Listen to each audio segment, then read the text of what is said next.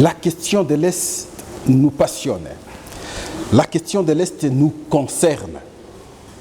Et aujourd'hui, nous devons en parler suffisamment. Nous devons en parler suffisamment parce que lorsqu'il s'agit de l'agression, je ne pense pas qu'il y a un Congolais. Et cette fois-là, je veux dire, il y a un vrai Congolais qui puisse accepter, voir ce qui s'est fait chez nous. Le Rwanda marchait sur nous, à travers le M23, attaquer notre pays, occuper des terres chez nous, tuer nos frères et sœurs. Je ne pense pas qu'il y ait un Congolais qui puisse accepter. Le numéro passé, je vous ai démontré comment, avec le régime passé, on a pu compromettre le pays à travers les textes, à travers les accords qu'on a signés. Je vous avais parlé de l'accord du 23 mars 2009 avec le CNDP. Je vous ai parlé de l'accord du 11 novembre 2013 avec le M23.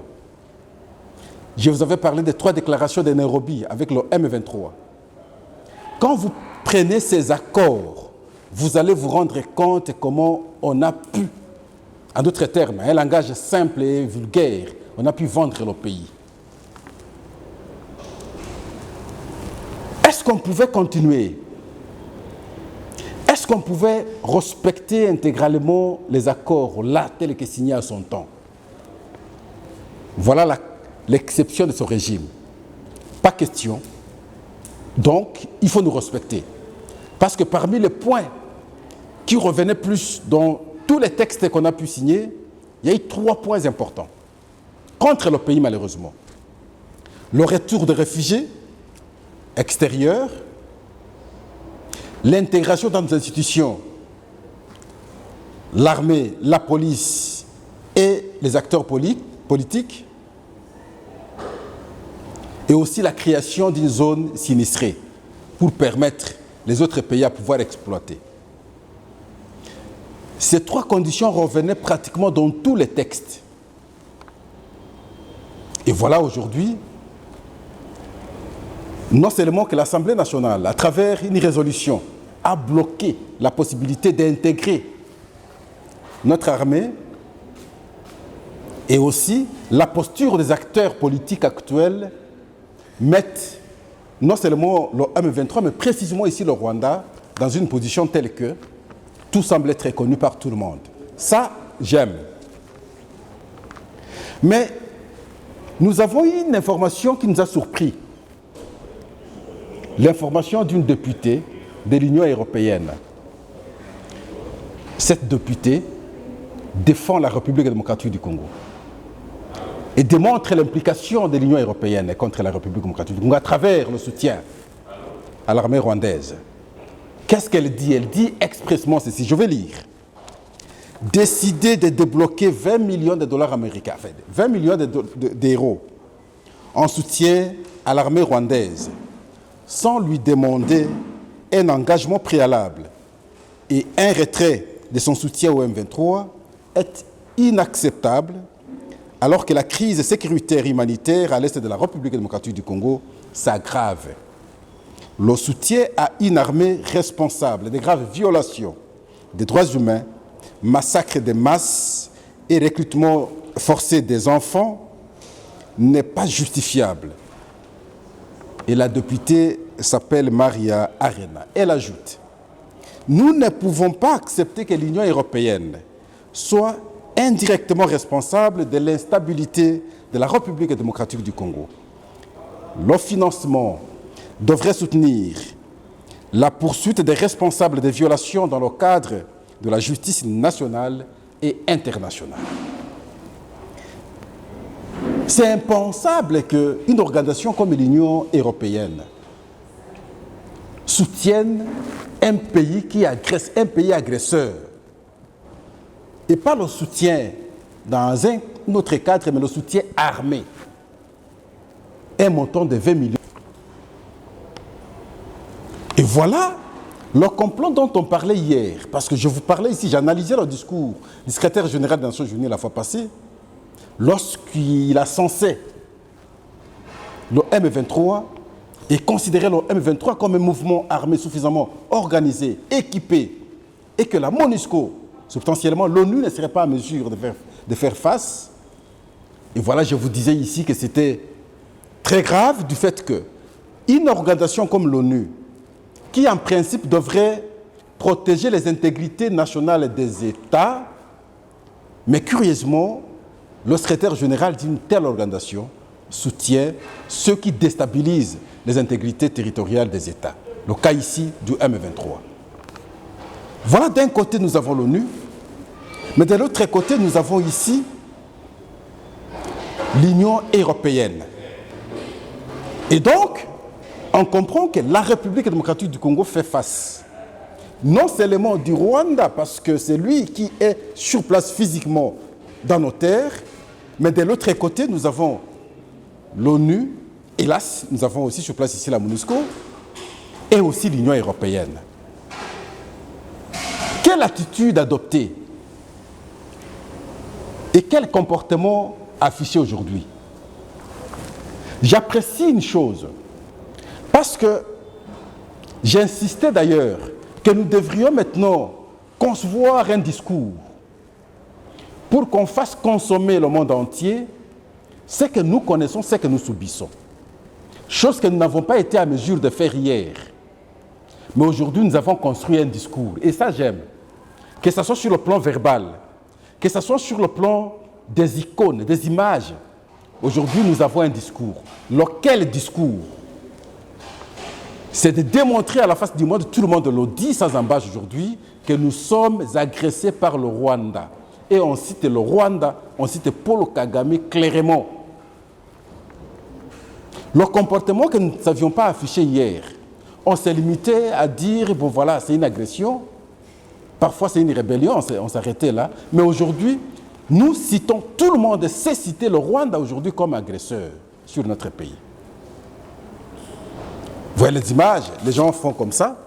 Effectivement, on démontre comment vous fermez la bouche, vous fermez les oreilles, vous voyez ce qui se fait. On tue les gens, on massacre les gens, même pas un message. Si c'était ailleurs, 2 personnes simplement tuées, on en ferait un problème. Mais ici, on massacre des gens. Et on a compris pourquoi on ferme la bouche, parce que ce sont eux qui appuient le Rwanda. Et la preuve, on appuie le Rwanda aujourd'hui financièrement avec 20 millions d'euros. Et ce n'est pas pour l'agriculture, mais c'est pour l'armée. Et quand vous regardez le Rwanda aujourd'hui avec son président, Paul Kagame, il commence à avoir honte. Le comportement qu'ils affichent aujourd'hui, j'ai suivi son discours dernièrement, son point de vue, il parle sur la République démocratique du Congo. Vous sentez qu'il commence à perdre les pédales. Parce qu'on l'accule. Ce n'est pas facile qu'on vous doite du doigt. Chaque jour, voilà, c'est un voleur, c'est un tueur, c'est honteux. Si ce n'est pas pour vous-même, mais pour vos enfants, pour la famille, pour le reste, pour la progéniture. C'est cette honte-là qui change un peu le comportement. Quand vous le regardez, il n'a plus l'orgueil qu'il avait avant. Nous estimons que ça va continuer comme ça. Mais nous devons continuer à citer le Rwanda comme agresseur. Après son message, c'est le chef de l'État qui va réagir. Il a démontré effectivement qu'on ne peut pas se jouir lorsque les gens meurent, lorsqu'on t'identifie comme agresseur et tu te vois, tu hausses les épaules parce que tu tues les gens. Dans le contexte actuel, ça ne passe pas. Ça, c'est le président de la République démocratique du Congo, Félix Antoine Tshisekedi. Une réponse sage, intelligente. Nous les suivons. Ne faites pas ça. Ne haïssez pas les étrangers. Et d'ailleurs, à propos du Rwanda, ça ne sert à rien de regarder le Rwandais comme un ennemi. Non. C'est le régime rwandais avec Paul Kagame à sa tête qui est l'ennemi de la République démocratique du Congo. Les Rwandais et les Rwandaises sont nos frères et sœurs. Et d'ailleurs, ils ont besoin de notre aide parce qu'ils sont muselés. Ils ont besoin de notre aide pour se libérer. Ça n'a rien à voir avec ce que leurs dirigeants sont en train de leur imposer.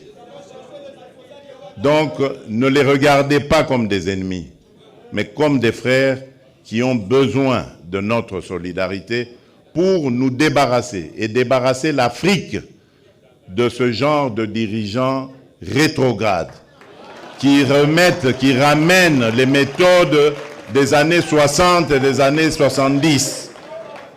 Alors qu'en Afrique, on avait décidé de mettre fin au bruit des armes. Si vous vous rappelez, ceux qui suivent un peu, c'était 2020, il fallait taire les armes en Afrique pour que l'Afrique passe à autre chose, comprenne qu'elle est la dernière de la classe dans le monde parce que, justement, à cause des guerres et des divisions, nous nous étions entendus comme ça. Malheureusement, ce n'est pas arrivé, on a dû encore prolonger, mais c'est à cause, justement, des dirigeants tels que Paul Kagame. Et il s'enorgueillit d'être un faiseur de guerre, un spécialiste dans la guerre. Il en est fier. Moi, à sa place, je me cacherais, j'aurais honte d'assumer le fait qu'on sème la mort et la désolation. C'est honteux. Et je dirais même diabolique. Nous n'allons pas manger de ce pain. Et voilà, cette question de l'Est, de la République démocratique du Congo, avec son agression, je pense que nous devons aussi aller au-delà. Nous dénonçons effectivement, mais nous devons également appuyer nos frères et sœurs. Il y a des déplacés, quand vous le regardez, vous vous dites, mais finalement, qu'est-ce qu'ils ont fait ces gens pour mériter tout ça? Des gens qui ont fui leur maison, leur village, ils sont ailleurs, dans les conditions pénibles, difficiles, à cause de ces agresseurs. Allons-nous les regarder comme ça, ou nous devons commencer à réfléchir comment poser les actes? Voilà, le gouvernement a estimé donner le go. Le Premier ministre, le vice-premier ministre à l'Intérieur et d'autres membres du gouvernement ont posé cet acte-là pour pousser tout le reste des Congolais à pouvoir comprendre que nous avons le devoir aujourd'hui d'accompagner aussi nos frères et sœurs. Le peu que nous pouvons avoir, on peut avoir un 100 francs, on peut avoir 200 francs, nous devons penser à nos frères et sœurs. Un accompagnement humanitaire doit être fait. Ils subissent les conséquences de cette agression involontairement.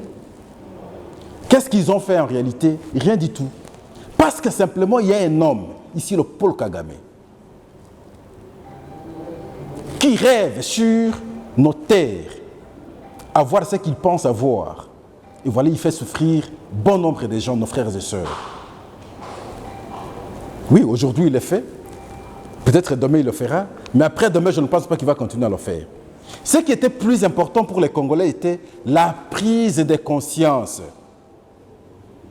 La construction d'un discours qui identifie exactement l'agresseur, ici, le Rwanda et son président Paul Kagame. J'ai entendu le président dire que les Rwandais ne sont pas nos ennemis. Oui, mais qu'est-ce que les Congolais attendent? Voir aussi les Rwandais s'opposer à la politique interne de son pays qui consiste à marcher sur la République démocratique du Congo à travers une agression. Même si la population est muselée, mais des déclarations aujourd'hui avec les réseaux sociaux, on peut facilement comprendre. On attend ça de la part des Rwandais. Moi, Pascal, je le dis toujours, ceux qui se disent d'origine rwandaise, qui sont ici, en République démocratique du Congo, même une déclaration, ils peuvent le faire. Lorsqu'ils ne font pas une déclaration, jamais condamné Paul Kagame, ça voudrait dire quoi à notre terme? C'est qu'ils acceptent ce que Paul Kagame fait. Je vous ai démontré ici la politique de la dualité de la rébellion. Ils entrent avec la FDL jusqu'à Kinshasa.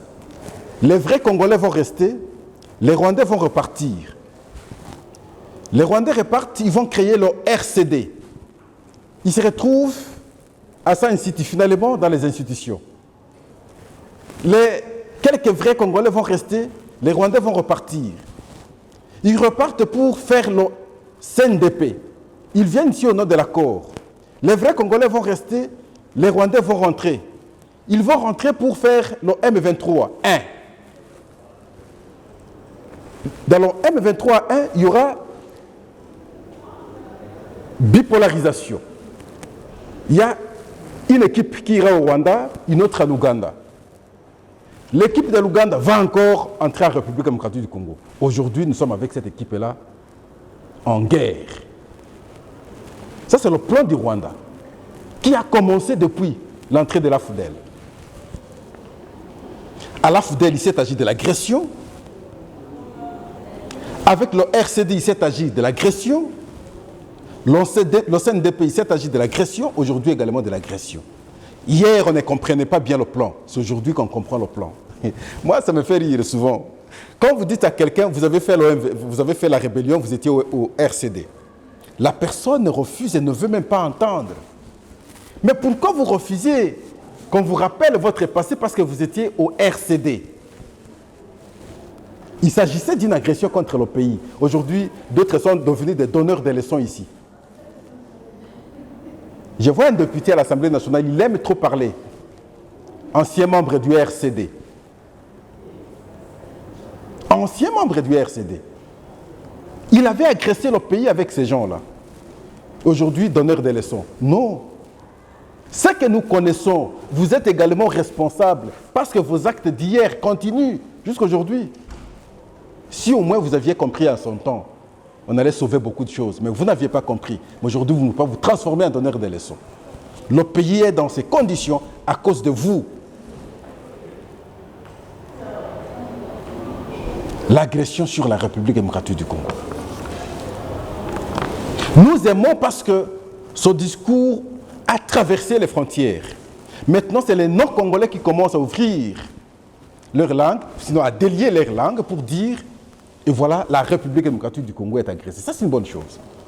On ne savait pas construire ce discours hier. Tout Congolais aujourd'hui sait le dire très facilement. Nous sommes attaqués par le Rwanda, nous sommes agressés par le Rwanda. C'est dans ces conditions qu'on peut déjouer beaucoup de pièges. C'est dans ces conditions qu'on peut fléchir le Rwanda. C'est dans ces conditions qu'on peut démontrer à la face du monde que vous, l'Union européenne, vous, l'Organisation des Nations Unies, il ne sera pas possible chez nous de penser à votre plan ici. Je ne veux pas parler de la balkanisation, mais de l'occupation des espaces qui nous appartiennent. De mon point de vue, c'est de cette manière-là. J'aime maintenant la mobilisation des Congolais. J'ai apprécié la marche des catholiques avec d'autres organisations. J'ai aimé, mais ça ne peut pas s'arrêter parce qu'on a marché une fois et puis ça s'arrête.